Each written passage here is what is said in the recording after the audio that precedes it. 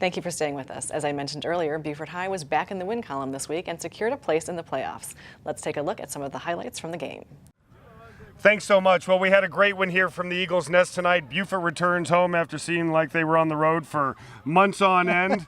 After 5 straight losses, they come out on top here in the Beaufort County Bowl, 33-18 over Hilton Head. It started a little slow for them. Their first offensive play, Jeffrey Smith was sacked in the end zone for a safety. Hilton Head went ahead 2-0. From there, the teams kind of traded touchdowns, and then in the second half, Beaufort started to pull away. We know the score tonight also of what happened between Bluffton and Colleton County. So, Jeffrey, if you want to be kind enough to set up this playoff picture for somebody, please, anybody, go ahead and let us know about it. Bluffton defeated Colleton County 34-31, but they had to hold on at the end. Colleton County actually executed a hook and lateral to pull within 3 with a minute to go. I love that play. That's such a great play.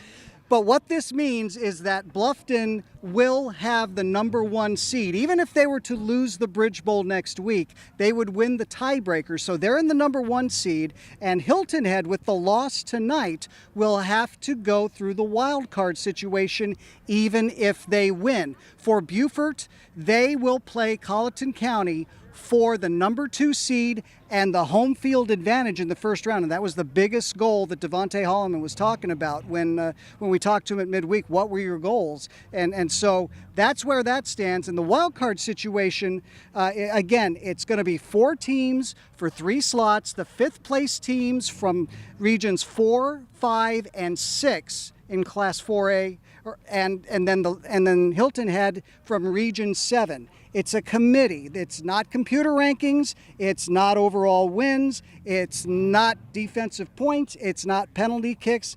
They're going to decide however they decide, and that's kind of where you never want to be as a coach.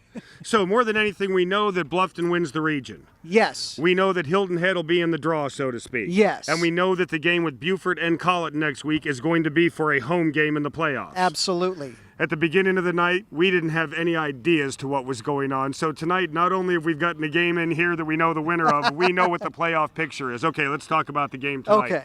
Beaufort starts out slow the last few weeks. We really haven't seen much from them offensively, but tonight James Dagan and the offense on the ground started to establish things, which opened up their throwing through the air. Yeah, it really did. And I think that they got off to about the worst start they possibly could. And how about it? They talked about we can't get off to a slow start. We can't get off to a slow start. And 5 snaps into the game, they were down 2-0. Down 2-0. But great work by the coaching staff. Great work by Jeffrey Smith, by James Dagan, who ran real hard. We hope he's ready for next week. He suffered a little bit of a neck stinger toward the end, but just resilience by the Eagles, and it brought them a well-deserved victory. Hilton Head not able to execute the way they wanted tonight, but once again, they're going to be in the draw anyway. So from here at the Eagles Nest, Beaufort wins the Beaufort County Bowl 33-18. I'm Chris Tremblay along with Jeff Shane. Let's throw it back to you in the studio.